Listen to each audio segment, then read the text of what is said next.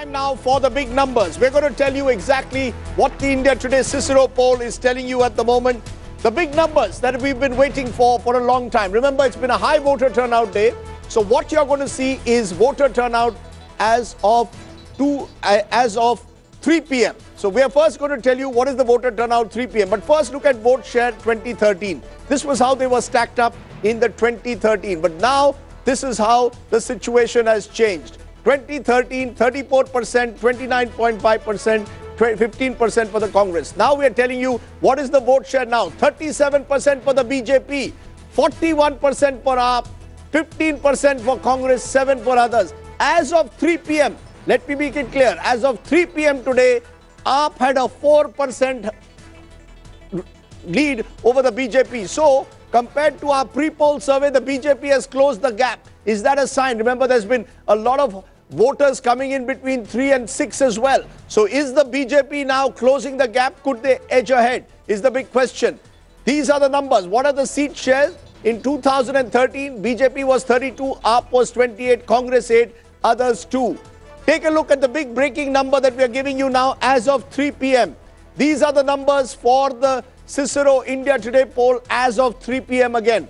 23 to 29 for the BJP, 35 to 43 for AAP, 3 to 5 Congress, 0 to 2 for others. So the BJP 23 to 29, AAP is 35 to 43 with a 4% edge.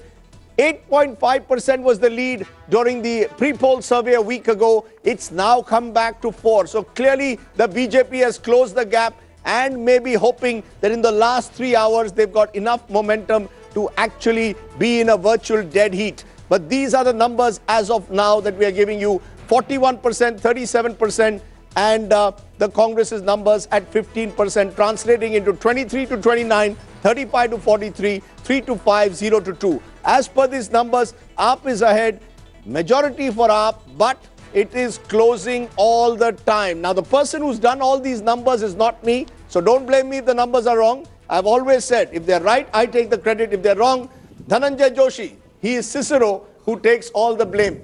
Dhananjay, give us a sense of what has happened as of 3 p.m. Well, till 3 p.m., we've seen that the city has voted in large numbers, and we are still about to get the final vote share figures. And what we have realized is that the high turnout is not concentrated in any one area. It's across the city. So BJP voters have turned out in very high numbers, and so have AAP voters. The Congress has not gone down, so it stands where it was in the last Lok Sabha election. And the AAP seems to have lost ground from a last tracker poll, which was about just 1 week ago. Just a week ago. Now, so let's be very clear. In a week, the BJP has closed a gap from 8.5 to 4%. Right. This is as of 3 p.m. You are in from 3 to 6. It's possible more BJP voters will also come out. The gap could get even narrower. And also, are you therefore predicting a dead heat, or are you saying that you are reasonably confident that AAP is still ahead of the BJP? Well, if elections were wrapped on at 3 o'clock, these would have been the results. Now, what happens till 6 is something we'll know in the next couple of hours. So you've got your safety valve by saying that it's a last-minute surge. If you get it wrong, we're going to say, and we're going to give you the numbers also at 8 p.m. Just a reminder, 8 p.m. we will give you the full big picture as of... Right, we'll give the full picture at 8 o'clock, and we have also, and this was, in between of the exit poll, we made arrangements to have our investigators in the field on those booths where voting goes on till later, because last time voting went on till 8 o'clock, and while I was coming to the studio, I was seeing that there were large lines in front of many polling stations. So in all probability, voting will go on till 7 or 8.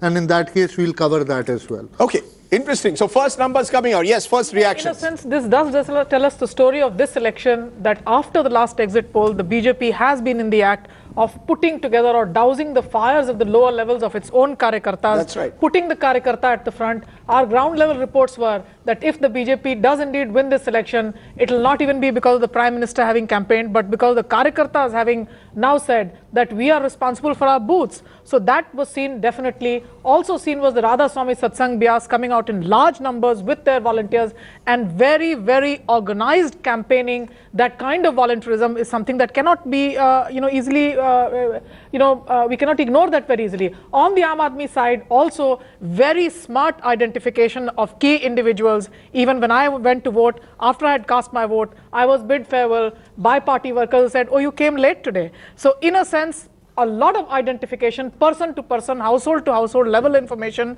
available with both parties, and information revolution, literally a blitzkrieg of that. To that extent, I would think this has been an amazing election where both parties have literally been neck to neck and have fought this election till the last hour. So the polls had a kind of underdog effect.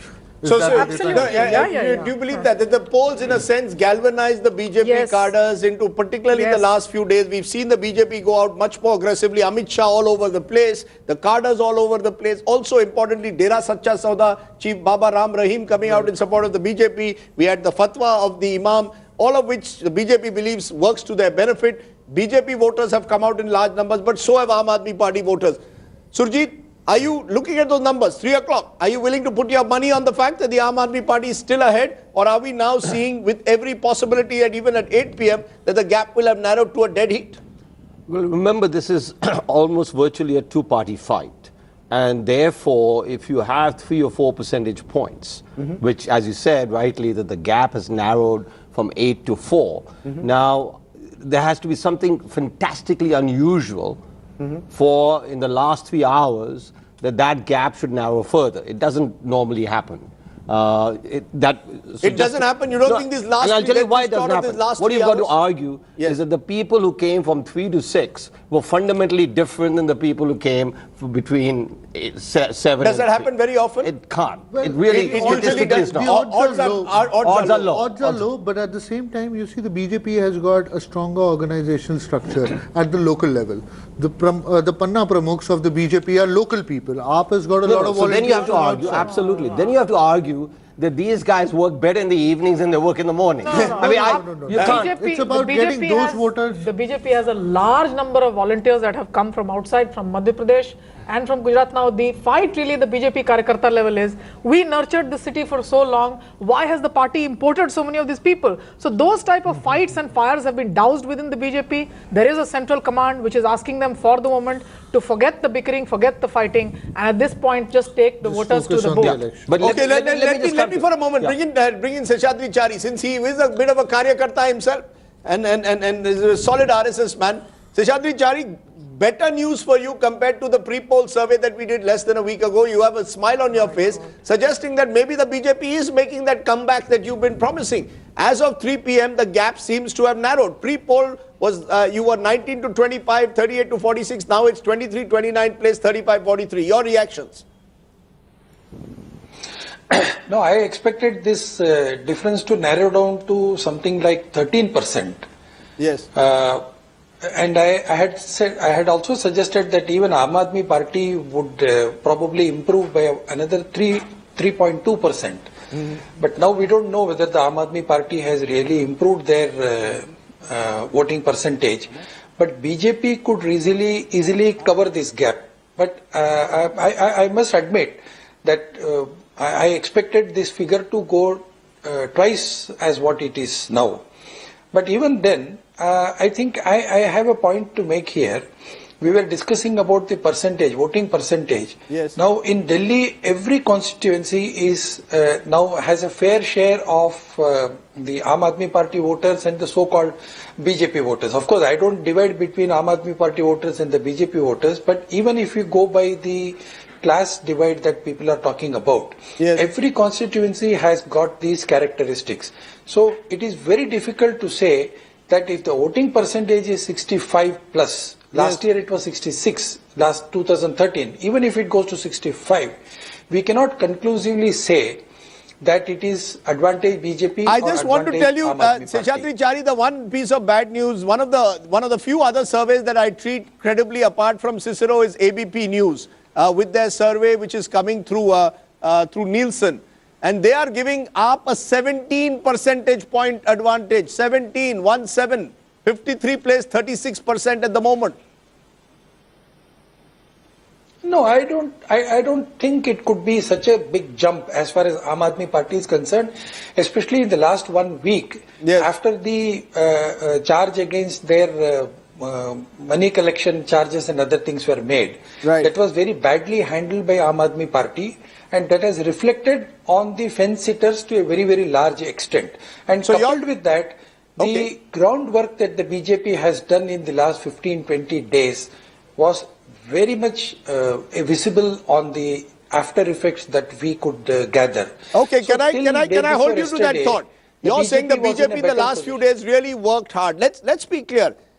Sujit, you want to make a point, then I'll bring in Manini. These numbers, are you getting a sense that these numbers are robust? Because if anything, one poll numbers Manisha just got from ABP News, and this will also be early trends that they picked up, clearly showed the AAP having a surge. If anything, our poll is a little bit more conservative, showing the gap has narrowed. Your reactions? No, basically 2 points. One is, and this, as you said, that pollsters have to have an insurance policy. So one of the insurance policy which Cicero is saying, and you're also saying, listen, till 3 p.m. we'll get this result, and from 3 to 6 p.m. we'll get a different result. I'm not saying that it could happen. Because what you have to argue is that, the workers came out much more in the end, the BJP workers came out much more in the end than before. This doesn't happen, let's be clear, okay? Now, it can happen, but statistically, it's very. Another statistical thing that I would point out to, in terms of there must have been 15 or 20 opinion polls done over the last 2 weeks. Yes. For the viewers, this is like, in a cricket match forecasting, but basically you look at the vote share that a party is getting, the number one party. Yeah. Whatever the number one party, it can be AAP, it can be BJP. The number of seats will be equal to the vote share. So according to that, according to your poll, they are getting 41 seats. According to the ABP poll, they're getting 53 seats. No, they're getting 53%. So you don't have to do. Point taken. You don't have to do the translation. I'm told there are a few people on this table who I shall not reveal who have predicted more than 50 seats. So we will see whether they are right for the Aam Aadmi Party. As of now, the Aam Aadmi Party more in the 35-41 range. Looking at these numbers, does it suggest the point we started off with, Professor Gupta, that this is a divided city? Is this a reflection of that divide? If this turns out to be true, if 35-43 plays, 25-32, it is a close race, and the second close race, because you had one in December as well. Is this a badly divided city?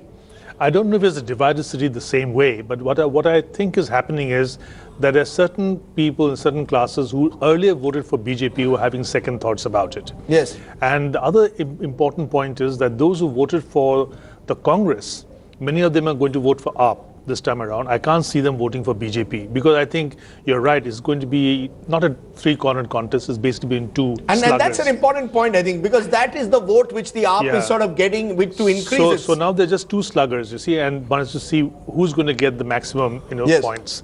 And I think in this particular case, the AAP is going to benefit from the Congress votes. And if you put that all together, then probably something might be working in AAP's favor. Second point is, I don't think people make up their minds at the last minute. They've already made up their minds. But if you see some kind of a surge for BJP with the Cicero polls, it's probably because of organizational strength. And BJP has obviously much, stronger organizational strength than any other party. So that could be some kind of a mobilization. But you cannot say that because of what happened 2 days back and how they handled the money business. You don't think that's having that much? You think people have made up their mind well before that? Well before. Is that the sense, Manini, anecdotally? We're talking numbers. I'll just come back to you, sir. We're talking, the one part is the numbers, the other is anecdotally. Anecdotally on the streets, did you get a sense of a divided city or a city with one party now having the momentum? You know what, the sense I got, which is very unusual from considering the kind of party the BJP is and the kind of campaign it ran for the Lok Sabha elections with Mr. Modi, that the BJP was much more defensive. The offensive this time was with the AAP. The AAP voter, the AAP worker, and they are the working class, they're normally, the lower down the scale economically, and yet AAP had given them this huge confidence. For wherever you went, they would say, "Is baar to jharu, fir se jharu," which is a kind of, and whereas the BJP voter was much more defensive. And I think my own feeling is that in the last 1 week after the poll results came out, BJP was very complacent, and I think Mr. Amit Shah. Complacent. Before that. They thought that, you know, this Modi, you know, everyone is mesmerized by Modi. When the figures started coming in to say that, no, there is actually a threat and the Modi magic, which they were, you know, they were so complacent, that's why they didn't call elections earlier. And that sent alarm bells ringing. And Amit Shah then has started, but it may be, you know, I don't know how much of that last minute push is going to overturn a mood in the yes, city. you wanted to make a point. I think, yes, I think there was an organizational flaw in the way they planned their elections. They should have actually learned from the previous by-elections where the Modi magic wasn't working that well. And in this particular case, after so many months, you know, your image does get a bit of a beating. You know, from a high, you do come down several pegs.